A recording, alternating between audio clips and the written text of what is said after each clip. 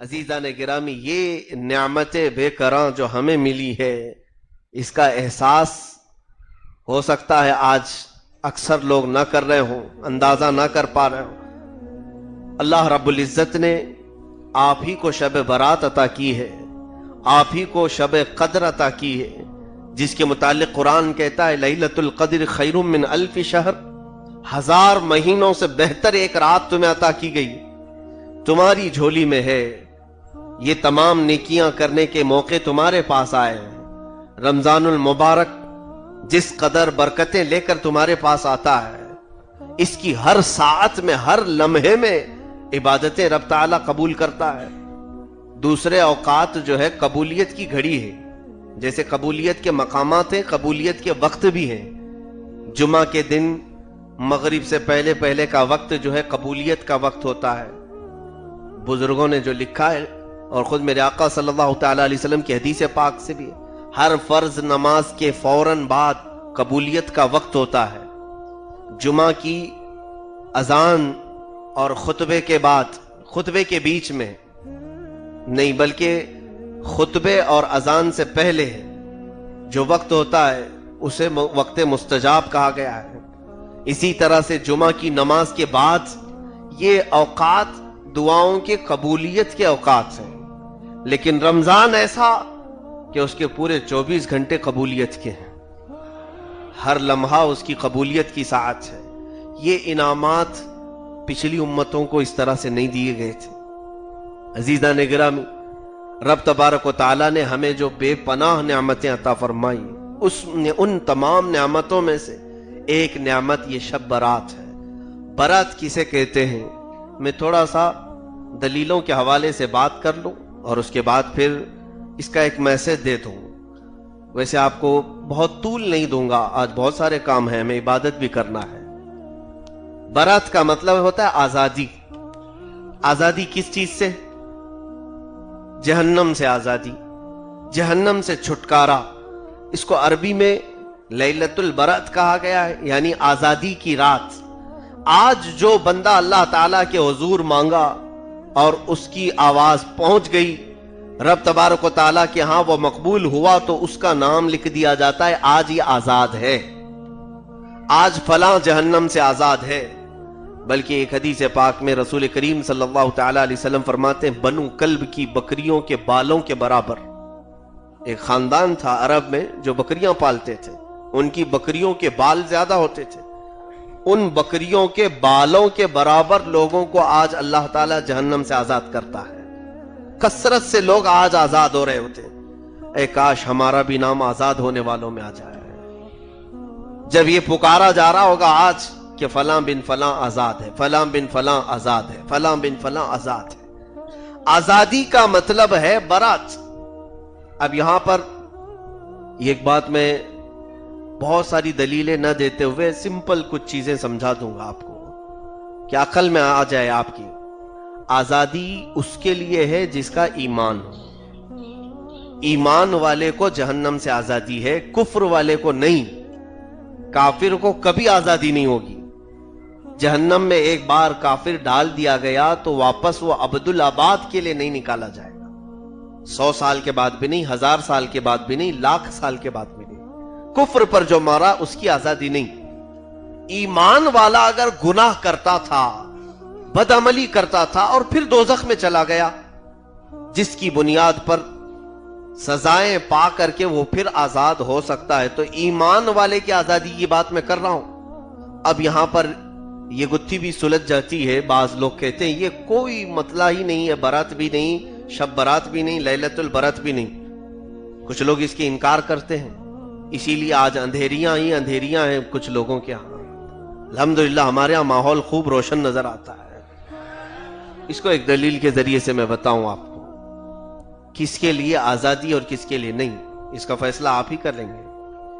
حضور پاک صلی اللہ تعالیٰ علیہ وسلم کی بارگاہ میں ایک صحابی آئے اور انہوں نے کہا، پتے کی بات ہے، یہ دلیل کے طور پر آپ محفوظ رکھ لیں اس کو۔ عرض کیا، آقا ایک یہودی تھا ہمارا دوست، وہ بہت اچھے اچھے کام کرتا تھا، مالدار تھا، لیکن وہ بیمار ہوا، مر بھی گیا، لیکن مرنے سے پہلے اس نے کچھ وصیتیں کی ہیں۔ توجہ، اس یہودی نے وصیتیں کی ہیں. کیا وصیتیں؟ میرے مال سے کچھ فقیروں کو کھانا کھلاؤ، کچھ فقیروں کو کپڑے پہناؤ اور کچھ غلاموں کو آزاد کرو. کھانا کھلانے، کپڑے پہنانے اور آزاد کرنے کی وصیت کی، اور یہ سب کی سب نیکیاں ہیں، سب سے بڑی نیکیاں ہیں، اچھی نیکیاں ہیں. تو اس صحابی نے پوچھا یا رسول اللہ صلی اللہ تعالی علیہ وسلم، کیا ہم اس کی وصیت پر عمل کریں تو اس کا ثواب اسے پہنچے گا؟ ایصال ثواب اسی کو کہتے ہیں نا. یہودی ہے لیکن اچھے کام کرتا تھا اور وصیت کر کے گیا ہے جو پیسے چھوڑا ہے کہ یہ کر کے جاؤ. اب سنیے جواب، اسی میں سب جواب ہے. اللہ کے حبیب صلی اللہ تعالی علیہ وسلم نے ارشاد فرمایا لو کان مؤمنا لنفعه بها، اگر وہ ایمان والا ہوتا تو یہ سارے کام ضرور اسے قبر میں فائدہ دیتے. سارے کام یہ اس کے مرنے کے بعد اگر تم ایصال ثواب کے طور پر کھانا کھلاتے تو بھی اسے پہنچ جاتا، اگر تم کسی غریب کو کپڑے پہناتے تو بھی اس کو قبر میں فائدہ پہنچتا، اگر تم کسی غلام کو آزاد کرتے تو بھی اس کو فائدہ پہنچتا، قبر اس کی ٹھنڈی ہو جاتی. لیکن شرط کیا ہے؟ ایمان پر مرا ہو. اب یہی ٹکڑا ہے جو دلیل ہے. حضور اکرم صلی اللہ علیہ وسلم نے فرمایا لو کان مؤمنا، اگر وہ مومن ہوتا تو فائدہ دیتا. شب برات کے متعلق بھی، آزادی کے متعلق جو حدیثیں آئی ہیں یہی ہے کہ ہم الحمدللہ اسی طلب میں تو آئے ہیں، ایمان ہمارے پاس ہے، ہم آئے ہیں. اور یہی جو بھی فضیلت حدیث میں آئی ہوئی ہیں اس رات کی، اس کے لیے کہ جہنم سے آزادی ضرور ملے گی. مولا آج بخشش کا اعلان ضرور کرے گا. شرط یہ ہے کہ وہ ایمان والا ہو، شرط یہ ہے کہ وہ ایمان والا ہو. اب صاف حدیث موجود ہے ترمذی شریف کی، فرماتے ہیں میرے آقا صلی اللہ علیہ وسلم کہ آج کی رات اللہ تعالیٰ سارے گناہوں کو معاف کرتا ہے دو چند کو چھوڑ کر کے، ایک مشرک کو اور ایک چغل خور کو. چغلی کرنے والے کا نام اس میں آیا ہے، الا مشرکن او شاہین. یہ حدیث پاک کے الفاظ. مشرک کون ہے؟ جو شرک کرتا ہے، اللہ کے سوا کسی اور کی عبادت کرتا ہے. شرک کرنے والے کی آج مغفرت نہیں، چغلی کرنے والے کی آج مغفرت نہیں. تو اب یہاں پر جو لوگ شب برات کو پوری طرح سے انکار کرتے ہیں تو ہمیں شک ہوتا ہے کہیں شرک میں تمہارا نام تو نہیں چلا گیا، کہیں چغل خوروں میں تو نام نہیں گیا ہے. تمہاری بخشش کیوں نہیں ہو رہی؟ آج مسجدیں بند کیوں ہیں؟ اندھیرا کیوں ہے؟ کہیں چغل خوروں میں نام آ گیا یا مشرکوں میں نام آ گیا ہو؟ ایمان والے ہو تو ڈر کر کے اللہ کی بارگاہ میں آج آ جاتے ہیں سارے کہ رب نے فرمایا ہے کہ اگر ایمان ہے تو بخشش ہو جائے گی، اگر ایمان ہے تو آج جہنم سے آزادی کا پروانہ مل ہی جائے گا. میرے عزیزو، ہماری مسجدیں آج جو بھری رہتی ہیں، میں اس بات کا اعتراف کرتا ہوں سارے مسجد میں آنے والے تہجد گزار لوگ نہیں آتے. مجھے پتا ہے یہ سارے پرہیزگاروں کا مجمع نہیں ہوتا، سارے 5 وقتہ نمازیوں کا مجمع نہیں ہے. ہمیں معلوم ہے سال بھر گناہ کیے ہوں گے، لیکن آئے تو ہیں آج صرف اسی طلب میں کہ ان کے پاس ایمان ہے اور بخشش کی امید ہے. ایمان ہی ختم ہو جائے تو لائٹ بند کر کے اپنے گھر میں چلا جاتا ہے. ایمان نہ ہو تو اس کو امید بھی نہیں رہے گی. ایمان ہے تمہارے پاس، ایک آس لگی ہوئی ہے کہ ہاں ایمان تو ہے، گناہ بہت کیا ہو، اور ہمارے لیے تو رب نے فرمایا ایمان ہے اور گناہ کر کے اس کو ملوث کر لیو تو آج آ جاؤ، میں پاک کر دیتا ہوں. الحمدللہ آج کی رات جن لوگوں کے متعلق بخشش کا اعلان آیا ہے تو وہ تو شمار سے باہر ہیں، یعنی کسی بھی طرح کا گناہ کیا ہو رب تبارک و تعالی معاف فرمائے گا. چند گناہوں کا ذکر آیا ہے حدیث پاک میں جو ناسور ہے ہمارے لیے، جو ہم سب کے لیے وہ قاتل ہے، زہر ہے. اے کاش وہ گناہوں سے ہم آزاد ہو جائیں. یقیناً رب تبارک و تعالی جہنم سے بھی آزادی کا اعلان آج فرما دے گا. شرک تو ہم میں نہیں ہے الحمدللہ. ہم رب تعالیٰ کے علاوہ کسی کی عبادت نہیں کرتے، ہماری پیشانی کسی کے سامنے نہیں جھکتی. اگر کچھ مسلمان بطور جہالت کہیں چلے گئے تو یہ پھر وہ ملزم ہے اس بات کے، وہ مجرم ہے وہ اس کے ذمہ دار ہیں، لیکن اکثر مسلمان شرک نہیں کرتے، میجورٹی مسلمانوں کی شرک میں مبتلا نہیں۔ خود میرے آقا صلی اللہ علیہ وسلم نے فرمایا کہ مجھے میری امت سے اس بات کا ڈر نہیں ہے کہ یہ مشرک ہو جائے گی۔ حضور فرماتے مجھے اس بات کا اندیشہ ہے کہ دنیا ان کے پاس بہت آ جائے گی اور دنیا سمیٹتے سمیٹتے اللہ اور رسول کو بھول جائیں گے۔ یہ تو ہوا ہے۔ اب سنیے کن لوگوں کا ذکر آیا ہے جن کی آج مغفرت نہیں ہوگی۔ ہمیں وہی چیز تو معلوم کرنا چاہیے، وہی چیز۔ باقی سارے گناہ ہمارے اندر ہیں، سارے گناہ ہمارے اندر ہیں، لیکن کون سا ایسا گناہ ہے کہ اگر وہ میرے اندر ہو تو آج بخشش کا کوئی راستہ نہیں، دروازے بند ہو جائیں گے۔ اس میں سب سے پہلی چیز تو شرک بتایا گیا ہے، دوسری چیز چغل خوری، شاحن۔ ظاہر سی بات ہے یہ کوئی بہت ہی خطرناک چیز ہوگی، اسی لیے تو اس کا ذکر آ جایا ہے۔ زنا کا ذکر نہیں آیا، چوری کا ذکر نہیں آیا، یہاں پر حدیث پاک میں اس چیز کا ذکر آیا ہے کہ چغل خور، اور دوسری حدیث پاک میں لا يدخل النمام او قطات فی الجنت، چغلی کرنے والا جنت میں نہیں جائے گا۔ اور ایک حدیث پاک میں ہے جنت کی خوشبو 500 سال کی دوری سے آتی ہے۔ 500 سال ابھی چلیں گے تب جنت آئے گی، اتنی لمبی دور سے ہی جنت کی خوشبو آتی ہے۔ لیکن حدیث پاک میں چغلی کرنے والا جنت کی خوشبو سے بھی محروم رہے گا، اس سے جنت کی خوشبو بھی نہیں دی جائے گی۔ یہ ہوتی کیا ہے چغلی؟ اس کی بات لے جا کر اسے پہنچا دینا، اس کی بات لے جا کر اسے پہنچا دینا۔ اس میں کئی گناہ ایک ساتھ ہیں، امانت میں خیانت بھی ہے۔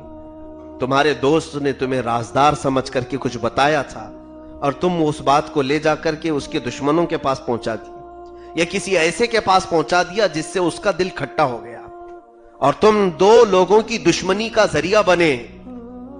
یہ چغلی اللہ تعالیٰ کو سب سے زیادہ ناپسند ہے۔ میرے آقا صلی اللہ تعالیٰ علیہ وسلم اس کو سخت ناپسند فرماتے تھے۔ یہ تو چھوڑے، چغلی کرنا بہت بڑا گناہ ہے، لیکن صحابہ اکرام رضوان اللہ تعالیٰ علیہ مجمعین میں ہم اس کا شبہ بھی نہیں کر سکتے کہ یہ گناہ وہ کرتے ہوں یا کوئی ایسی خطا نہیں۔ لیکن ایک چھوٹی سی بات تھی، ہم اپنے اعتبار سے چھوٹی کہہ رہے ہیں۔ حضرت حنانہ ابو لبابہ رضی اللہ تعالیٰ صحابی، مدینہ طیبہ میں حضور صلی اللہ تعالیٰ علیہ وسلم نے میٹنگ لی تھی کہ یہودیوں کے ساتھ کیا کرنا ہے جو جنگ خندق میں دھوکہ دیے تھے۔ حضور پاک صلی اللہ علیہ وسلم کے مشورے میں یہ طے پا گیا تھا کہ بوڑھوں کو جلا وطن کر دیں گے شہر سے باہر اور جوانوں کو مار دیں گے، انہوں نے دھوکہ دیا ہے۔ لیکن حضور نے فرمایا تھا یہ میٹنگ کی بات کہیں باہر نہ جائے۔ حضرت ابو لبابہ ایک جوان صحابی، وہ باہر چل رہے تھے، یہودیوں نے انہیں پکڑ لیا، بہت اصرار کر کے منتیں سماجتیں کر کے پوچھا کہ کیا مشورہ ہوا ہے، کچھ تو بتاؤ، کچھ تو بتاؤ۔ انہوں نے کہا نہیں بتا سکتا، یہ راز ہے رسول اللہ کا۔ اپنی پرانی دوستیاں یاد دلائی، انہوں نے صرف اپنی گردن کے پاس ہاتھ یوں کر کے اشارہ کیا، یعنی قتل کر دیے جاؤ گے، مارے جاؤ گے، اتنا خالی اشارہ کیا اور چلے گئے وہاں سے۔ وہ اتنا اشارہ پا کر کے سارے یہودی مدینہ چھوڑ کر بھاگ گئے۔ بات میرے آقا صلی اللہ علیہ وسلم تک پہنچ گئی۔ حضور نے شام کے وقت بلایا صحابہ، پوچھا کون ہے جو ہماری محفل کی بات باہر تک پہنچایا؟ صحابہ اکرام ان کا عقیدہ تو یہ تھا کہ اگر نہ بھی بولے تو وہ رسول جانتے ہیں، ان کو معلوم۔ سیدھے کھڑے ہو گئے حضرت ابو لبابہ، کہا یا رسول اللہ صلی اللہ علیہ وسلم، بولا تو کچھ نہیں، میں نے صرف اشارہ کیا تھا۔ حضور پاک صلی اللہ علیہ وسلم کا جلال دیکھیں اس وقت، سارے صحابہ سے فرمایا آج سے ابو لبابہ سے نہ کوئی سلام کرے گا نہ کوئی بات کرے گا، سوشل بائیکاٹ کی طور پر، یعنی مقاطعہ جسے کہتے ہیں، کوئی لین دین نہیں ہوگا، نہ ان کے گھر کوئی آئے گا نہ ان سے کوئی بات کرے گا۔ وہ کافر نہیں ہوئے، اسلام سے نہیں نکل گئے، لیکن ان کو بائیکاٹ کر دیا گیا، ایسے بائیکاٹ کہ حضور پاک صلی اللہ علیہ وسلم بھی ان سے بات نہیں فرماتے تھے۔ اللہ کے نبی جو رحمت للعالمین ہیں بات نہیں فرمائے۔ کتنے دن گزر گئے جانتے ہیں آپ؟ مہینہ گزر گیا۔ وہ ابو لبابہ کیا کرتے تھے؟ اپنی اس خطا پر پچھتاتے پچھتاتے انہوں نے مسجد نبوی کی ایک ستون پر اپنے آپ کو رسیوں سے باندھ لیا تھا، ان کی بیوی ان کو باندھ کر کے چلی جاتی تھی، کھانے کے وقت کھولا جاتا تھا، نمازوں کے وقت کھولا جاتا تھا، پھر وہ ستون سے انہیں باندھ دیا جاتا. یہ سزا حضور کی طرف سے نہیں تھی، انہوں نے خود اپنے طور سے مول لیا تھا کہ میں اس قدر گر گیا اس راز کو باہر پہنچا کر کے کہ اب میں ستون سے باندھے جانے کے قابل ہوں. یہ ان کی اپنی فکر تھی. عزیزان گرامی، مہینہ گزر گیا اس واقعے کو ہو کر. رب تبارک و تعالیٰ نے پھر قرآن میں ان کی برات کا، ان کی بخشش کا، ان کی مغفرت کا اعلان فرمایا. تب حضور نے اپنے ہاتھوں سے ان کی رسی کھولی. یہاں پر مجھے بات اس لیے سمجھانا ہے کہ صحابی رسول سے چغلی کا شبہ بھی ہم نہیں کر سکتے کہ وہ چغلی کر سکتے ہوں، لیکن ان سے صرف اتنی بات ہوئی تھی کہ حضور کی محفل کی ایک بات انہوں نے اشارے سے دوسروں کو بتایا. اس پر رسول اللہ صلی اللہ تعالی علیہ وسلم نے اس قدر معاتبہ فرمایا کہ ان سے بات نہیں کی. اور آج جن لوگوں کی زندگی ہی پوری چغلی میں گزر رہی ہو، اس کی باتیں وہاں لے جا کر پہنچانا. کچھ لوگوں کا صبح سے شام تک کام ہی یہی ہے، رپورٹنگ کرنا. وہ ایسا لگتا ہے کہ انہوں نے نیوز ایجنسی خریدی ہوئی ہے، بڑے انٹرسٹ کے ساتھ، بڑے شوق کے ساتھ نیوز جمع کرتے ہیں. تمہیں ضرورت کیا ہے اس چیز کی؟ دنیا بھر کی نیوز تمہیں چاہیے. کس کے گھر میں کیا پکا ہے وہ تمہیں معلوم، کس کے گھر میں کتنی عورتیں ہیں وہ تمہیں معلوم، کس کے گھر میں آج جھگڑا ہوا ہے وہ تمہیں معلوم. محلے کے باہر کھڑے ہو کر کے یہی ساری چیزیں ڈسکس ہوتی ہیں. اور اس کے بعد اگر تمہارے دوست نے کچھ تم سے مشورہ لے لیا کہ میرے گھر میں آج فاقہ چل رہا ہے، غربت کی وجہ سے یا کمائی یا دھندا مندہ پڑا ہوا ہے، کچھ قرضہ چاہیے، اس نے تو تم کو اپنا اچھا دوست سمجھ کر کے ذکر کر دیا تھا، تم سے ہو سکے تو دے دیے، نہیں تو پھر 4 لوگوں کے پاس کہنے لگے دیکھا اس کی حالت بہت خراب ہے، مجھے بتایا اس نے اس کے گھر میں چولہا نہیں جل رہا ہے. یہی چغلی ہے. تم نے اس کی عزت کو نیلام کیا کئی لوگوں کے سامنے. اور حدیث پاک سنو، میرے آقا صلی اللہ علیہ وسلم فرماتے ہیں جس نے اپنے کسی بھائی کے عیب کو کھولا، قیامت کے دن وہ سب کے سامنے ننگا کیا جائے گا، اسے ذلیل کیا جائے گا. کیا یہ چغلی کرنے والے بہت دودھ کے دھلے ہوتے، پاک ہوتے؟ تمہارے خود کے بھی بہت سارے عیب ہیں، جب قیامت کے دن کھلیں گے تب پھر پتہ چلے گا. تم اپنے اصلی بیٹوں کو منہ نہ دکھا سکو گے. تمہاری ماں تم سے بھاگ جائے گی، تمہارے باپ اور رشتہ دار تم سے دور بھاگیں گے جب تمہارے عیب کھولے جائیں گے قیامت کے دن. عزیزان گرامی، رب تبارک و تعالیٰ نے پردہ ڈال رکھا ہے تو آپ بھی دوسروں کے اوپر پردہ ڈالیں. کسی چیز کا اگر علم ہو جائے اسے چھپا دیں.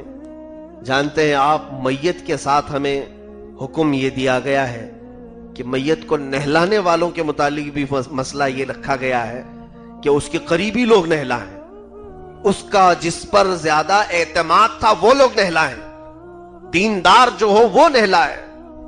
میں اس مسئلے کو پڑھا، پہلے یہ سوچتا تھا کہ اس میں کیا ضرورت ہے نہلانے میں، جس کو نہلانا آ جاتا ہے وہ نہلائے. کہا نہیں، شریعت نے کس قدر حفاظت رکھی مسلمانوں کی، مومنوں کی.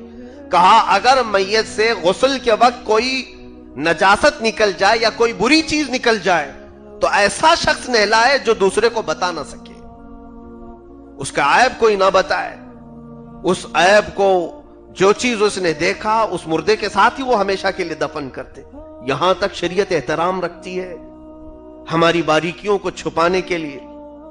حضور اکرم صلی اللہ تعالی علیہ وسلم نے ارشاد فرمایا وہ شخص جو مومنوں کے گھر میں ٹکٹکی باندھ کر دیکھتا ہے، ان کے بے پردہ کرتا ہے، ان کی عورتوں کو، گھر کے اندرونی حالات کو جھانکتا ہے، فرمایا کہ گھر والوں کو اجازت ہے وہ پتھر اٹھائیں، اس کی آنکھ پھوڑ دیں، مولا تم سے سوال نہیں کرے گا، مواخذہ نہیں ہوگا. عزیزان گرامی، یہ ٹوہ میں لگے رہنا، جستجو میں لگے رہنا، جاسوسی میں لگے رہنا کہ کون کہاں جا رہا ہے، کون کیا کہہ رہا ہے، کون کس طرح کی میٹنگ کر رہا ہے، کیا تم اسی لیے پیدا کیے گئے ہو؟ کیا تمہاری زندگی اسی کے لیے بنی ہے؟ اور جن لوگوں نے اس میں اپنی زندگی صرف کی وہ بیچارے ہمیشہ اسی مرض میں مبتلا رہ گئے، انہیں شفا کبھی نہیں ملی. شیخ سعدی رحمت اللہ تعالی علیہ فرماتے ہیں حاسد یا جو جستجو میں رہتا ہے نا، کس کی برائی کب نکل رہی ہے، کہاں ہے، جس کو خبری بھی کہیں، وہ ایسا مرض ہے کہ موت کے علاوہ اسے کوئی چیز چھٹکارا دے ہی نہیں سکی، کوئی اس کی دوا نہیں ہے. اسی لیے ایسے مرض میں مبتلا ہی نہ رہو، دوسروں کے عیوب کی طرف اپنی توجہ نہ رکھو۔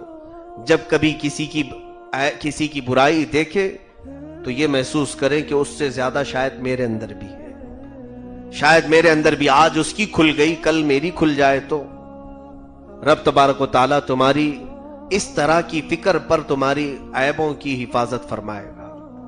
دوسری چیز میرے آقا صلی اللہ تعالیٰ علیہ وسلم نے جو فرمایا، سنیے، آج کی ضرورت ہے وہ، آج کی رات سب کی مغفرت ہوگی، مشرک کی نہیں، چغل خور کی نہیں۔ تیسرے میرے آقا صلی اللہ علیہ وسلم فرماتے ہیں، قاطع رحم عاق لوالدی، جو رشتہ داریوں کو ختم کرتا ہے اور والدین کی نافرمانی کرتا ہے، آج اس کی بخشش نہیں ہے۔ آج ایسا آدمی اپنے گھر چلا جائے یا اپنے رشتہ داروں کو منا لے، والدین کو منا لے اور پھر مانگے رب تعالیٰ سے، ورنہ آج اس کے لیے نہیں ہے۔ صاف حدیث میں اللہ کے نبی نے بتا دیا، الا قاطع رحم وعاق لوالدیہ، والدین کا نافرمان اور رشتہ داریوں کو ختم کرنے والا۔ رشتہ داریوں کا اس قدر اہتمام ہے ہماری شریعت میں، حضور پاک صلی اللہ تعالی علیہ وسلم نے فرمایا، جس نے صلہ رحمی کی اللہ اسے جوڑ دے گا، اور جس نے قطع رحمی کی، قطع رحمی کا مطلب رشتوں کو دور کیا، اللہ اسے اپنی رحمت سے دور کرے گا۔ وہ اللہ کی رحمت سے دور ہے۔ کتنے بھائی اور کتنی بہنیں ایک ہی ماں کی گود سے پلے بڑھے، ایک برتن میں کھائے، جہاں بڑے ہوئے، جوان ہوئے، عقلیں تھوڑی سی یہاں دنیا سمجھنے لگی، ان دونوں کے درمیان دشمنیوں کی اتنی بڑی دیوار کھڑی ہے۔ آج کئی ایسے لوگوں کو میں نے دیکھا، بھائی بہن سے روٹا ہوا ہے، کس وجہ سے؟ جائیداد کے معاملات کو لے کر، پیسوں کے معاملات کو لے کر۔ باپ مر گئے، بہن بھائی سے ناراض ہے، بھائی بہن سے ناراض ہے۔ یہ ناراضگیاں تو ہر گھر میں ہوتی ہیں، لیکن اس کا مطلب یہ نہیں کہ تم ہمیشہ کے لیے ختم کر دو، رشتے ہی چھوڑ دو۔ اور بلکہ اب تو باضابطہ والدین اپنے بچوں کی تربیت اس بات پر کرتے ہیں کہ بیٹا تمہاری پھوپھی شیطان ہے، اس کے پاس جانا نہیں، وہ چڑیل ہے، پھوپھی کے پاس جانا نہیں۔ ماں بچوں کو یہ سمجھاتی ہے، اور دوسرے باپ کسی اور سے دور رکھنے کی بات کرتا ہے کہ تیرے چاچا لوگ تیرے دشمن ہیں، کچھ کھلا پلا دیں گے، زہر ڈال دیں گے۔ تمہاری جو کڑواہٹ تھی تم نسلوں میں منتقل کرتے جا رہے ہو۔ کیا یہ گناہ سلسلہ وار کرو گے؟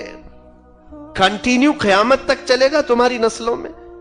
میرے عزیزو، یہی چیز تو مٹانے میرے آقا تشریف لائے تھے۔ اوس و خزرج دو خاندان مدینے میں ایسے لڑتے تھے، ایسے لڑتے تھے کہ ان کی لڑائیاں پوری دنیا میں مشہور ہے۔ 120 سال تک جنگ لڑے دو خاندان، 120 سال تک۔ کس بنیاد پر جانتے ہیں آپ؟ ایک طرف اوس خاندان، ایک طرف خزرج خاندان۔ ایک خاندان والے نے دوسرے خاندان والے کی کھٹوری توڑ دی تھی، بس کھٹوری کے ٹوٹنے پر دونوں میں جھگڑا ہوا، اور جھگڑے بچوں کے ہوئے تھے، ماں باپ سامنے آ گئے۔ اب جب ماں باپ آئے تو پھر ادھر کے رشتے ادھر کے رشتے سب آئے۔ اتنی جھگڑے لڑائیاں بڑھتی گئیں کہ خاندان کے خاندان اس میں ملوث ہوئے، اور لڑتے لڑتے جھگڑتے یہ جنگ ختم ہی نہیں ہوئی۔ روزانہ صبح اٹھنا اور یہی کام ان کا تھا، جھگڑے۔ اور باپ وصیت کر کے جاتا تھا بیٹے کو کہ بیٹا یہ جنگ بند نہیں ہونا چاہیے، ہماری جانب سے، ہماری جانب سے بند نہیں ہونی چاہیے، نہیں تو ناک کٹ جائے گی۔ اور وصیت پر وصیت چلتی آئی۔ 120 سال کوئی تعداد ہوتی ہے؟ اندازہ کرو میرے عزیزو، 8 دن اگر کرفیو لگ جائے تو سب کا سب راشن ختم ہوتا ہے۔ 120 سال تک وہ کیسے لڑے؟ وہاں تو ایسے حالات تھے۔ حضرت ام سلمہ رضی اللہ تعالیٰ عنہ جو حضور کی زوجہ محترمہ ہیں، ان کے شوہر ابو سلمہ، یہ دونوں ایمان لائے تھے، تو دونوں کے جو خاندان تھے، ام سلمہ کا خاندان الگ، ابو سلمہ کا خاندان الگ۔ دونوں خاندانوں میں جھگڑے ہوئے، دونوں نے ان کو الگ کرانا چاہا، ابو سلمہ کو اور ام سلمہ کو، دونوں کو الگ کروایا، اور ان کا بچہ تھا سلمہ۔ تو اب یہ بچہ کس کے پاس جائے؟ ام سلمہ کے پاس جائے کہ ابو سلمہ کے پاس جائے؟ باپ کے پاس کہ ماں کے پاس؟ دونوں خاندان اس قدر لڑتے رہے کہ بچہ ماں والے ماں کی طرف چاہتے تھے، باپ والے باپ کی طرف. تو لڑتے لڑتے بچہ بیچ میں آیا، خاندان والے دونوں طرف سے بچے کا ایک ایک ہاتھ پکڑ کر کھینچے، دونوں ہاتھ ٹوٹ گئے.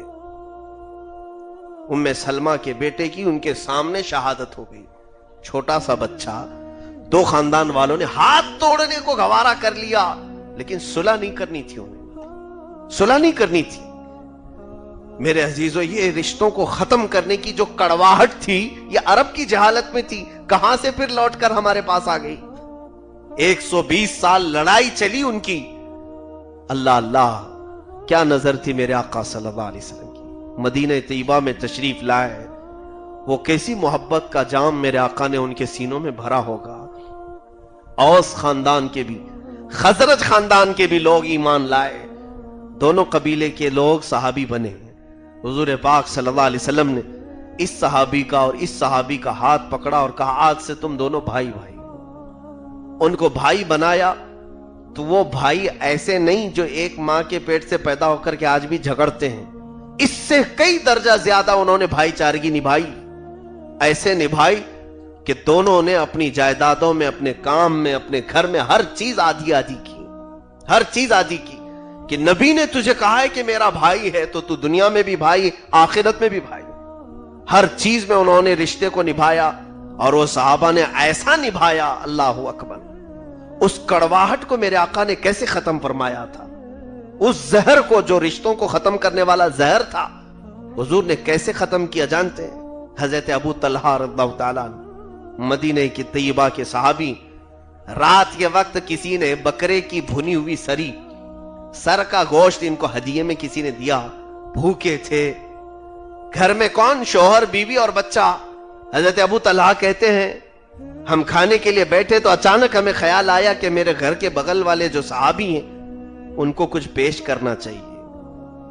یہ سر جو ہے میں ہی کھا لوں، میرے گھر میں آ جائے. ان کا خیال کیا اور یہ پورا کا پورا اٹھا کر کے بغل والے کو دے دیا. وہ بھی صحابی رسول تھے.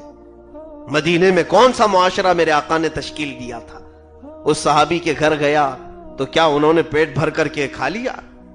وہ دوسرے صحابی، انہوں نے دیکھا کہ مجھے آج ہدیہ آیا ہے، میرے بغل میں جو صحابی ہیں ان کو پوچھ لیتا ہوں کہ شاید ان کی ضرورت ہو. انہوں نے اپنے بغل والے کو دیا.